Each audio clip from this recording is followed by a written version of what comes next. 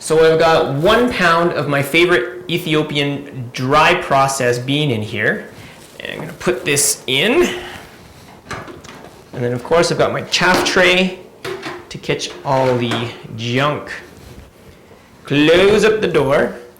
Press the 1 pound, because we're going to be roasting 1 pound of beans today. And it defaults to 18 minutes, and just the standard here. But what you want to do is set your timer for exactly 13 minutes and 30 seconds, so 13:30. Because remember, there's a fail-safe shut-off here, just in case you're not manning it, to get past all the safety issues of selling something like this. And because of all the smoke that it produces, it will automatically shut down if you're not there to press the start button when the time remaining is 4 minutes and 30 seconds. So make sure that at the exact same time, you press the start button on your timer that is timed for 13 minutes and 30 seconds, and the start button on your Behmor. 1, 2, 3, go. Now, to get this going from auto to manual mode, I'm going to be pressing the P5 button, which will mean it's going to have full power sent to the heating element, and then I'm going to press D, which will speed up the drum rotation here. And for now, all you need to do is make sure that your drum doesn't catch against the chaff tray, and that's why you've got your gloves and your pliers just in case. Because this machine is awesome, you can keep it open and it still keeps on roasting, no problem at all, and you can do stuff in there if you want to, but it does get hot. And the second thing you want to do is make sure that your temperatures don't error out, which means it's going to overheat the machine. And like I mentioned before, A, B, C, D here. If you press and hold A, that just shows you the temperature of the exhaust. And if I press and hold B, that's going to show you the inside chamber wall temperature. And for my particular unit, I can't get above about 320, 330 degrees Fahrenheit on the chamber wall with I press and hold B, or else this one will go and give me an error 2 and kill the roast. And essentially, I waste an entire roast there because it thinks it's overheating. So I think other machines can have a bigger tolerance up to 400 degrees Fahrenheit, but for mine, I need to keep mine between 300 and 320. So we're almost 10 minutes into our roast, and if I press and hold the B button, you'll notice that it's about 307 degrees inside this chamber. And remember, I need to keep my machine below 330, 320, or else I risk having its automatic mode safety shut off. So it's on full power right now, but I'm going to change that right now to P4 to make sure that I don't overheat. I'm going to watch my temperature by pressing and holding the B. And if that continues to rise, I can lower the power to the heating elements to P3 even, and I usually go between P3 to P5 as needed there.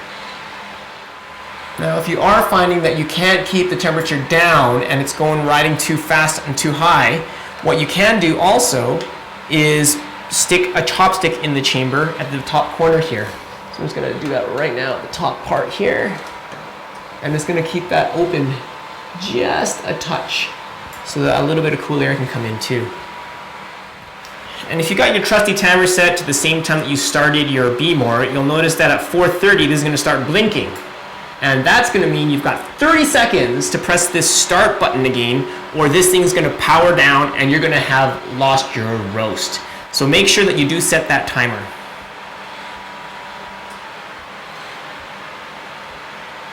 And when that goes off, I press the start button and it continues the roast. So I'm going to clear this, and I'm going to add the maximum time onto here by pressing the plus time button.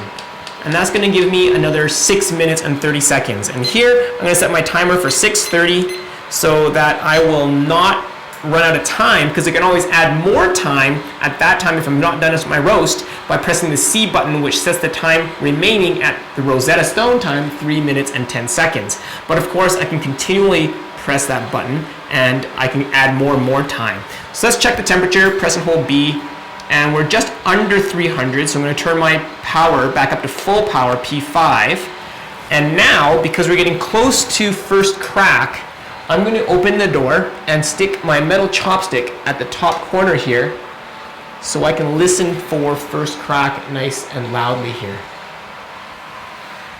So now the only really thing I have to do is manage the temperature. Oh, I'm a bit hot here, so I'm going to take that down to P3. And I've got my chopstick in, and if I'm way too hot, I'm just going to open the door just a bit to let some hot air out. And make sure that I don't go past about 330 when I'm gonna overheat this baby. I'm pretty close there. Let's keep this door open for a sec. And I'll show you the roast. It's getting nice and dark. It's smelling a lot better than the green beans. It's quickly cooling down to an acceptable temperature, so I'm gonna just put my chopstick back in. Close the door. And I should say my ear is pretty much right next to the door at this moment, so I can hear first crack happening. Our timer is almost done. So I'm going to press C, which is going to be another 3 minutes, even though first crack hasn't started. It's pretty close. Oh, here it goes. I hear it. So now I'm going to press C again, so it's 3 minutes, 10 seconds. I'm going to press D to slow down the drum, and that's going to allow for a sweeter cup for the development of the roast. Or if you keep it to be fast, the drum, without pressing the D to slow it down, it comes with a brighter cup. Can you hear that? I'm going to open the door.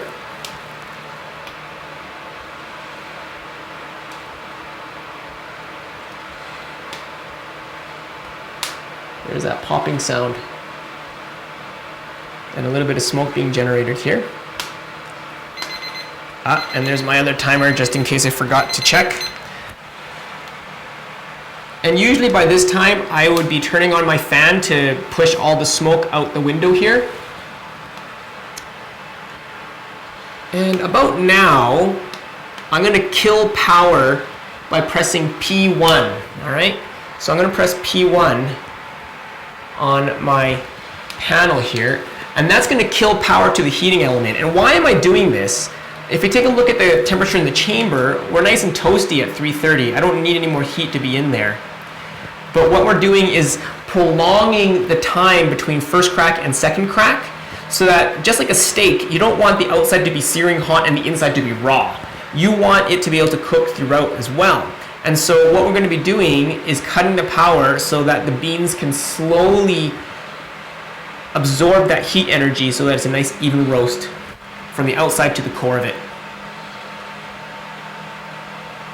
So this is the stretching of the phase between first crack and second crack.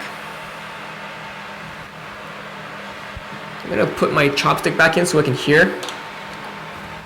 And press B. We're still at over 300, and there's still some pops.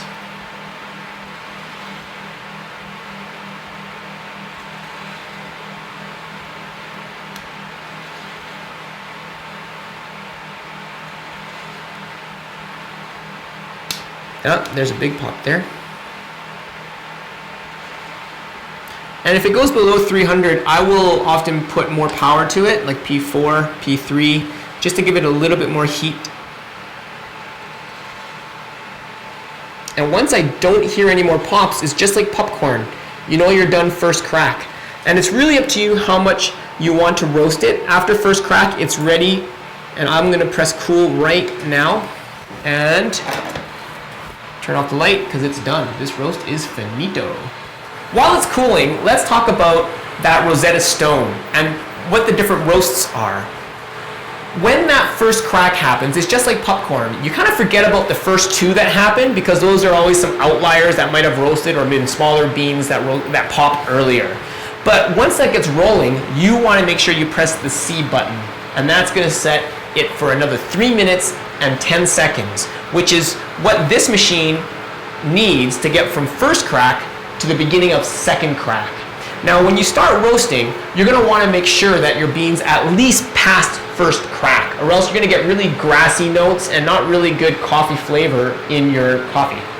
Now, after first crack is done, if you stopped the roast by pressing cool right there, that would be what they call a city roast. And that's going to be on the lighter spectrum. And I do love a city roast. If you let the heating element on and you let the roast develop a little bit more, maybe 30 seconds, maybe 45 seconds, a minute in after first crack is done, then that would be called City Plus. And that's, of course, a little bit darker in the spectrum, but still considered a lighter roast. Once you get into the first couple of pops of second crack, and they're going to be a lot softer as pop than the first crack. They're not as loud, they're not as noticeable, so you have to really have your ear close to the wall to hear them. But the first couple of pops in the second crack is going to be called a full city roast. And once full city, or the second crack is done, that's called a full city plus roast. And beyond that, that's what we call Starbucks. I'm kidding. That's what we call, Vienna roast, French roast, the very dark roasts, which typically I don't do. For our single origin, I like to play between the city plus to the full city. Now that it's done the roasting phase and the cooling phase, our beans are ready.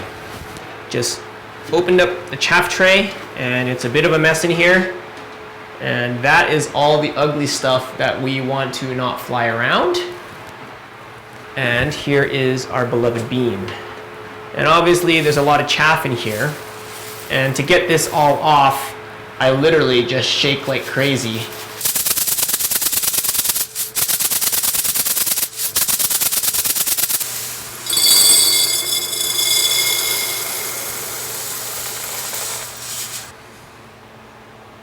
And that's how we roast our own beans.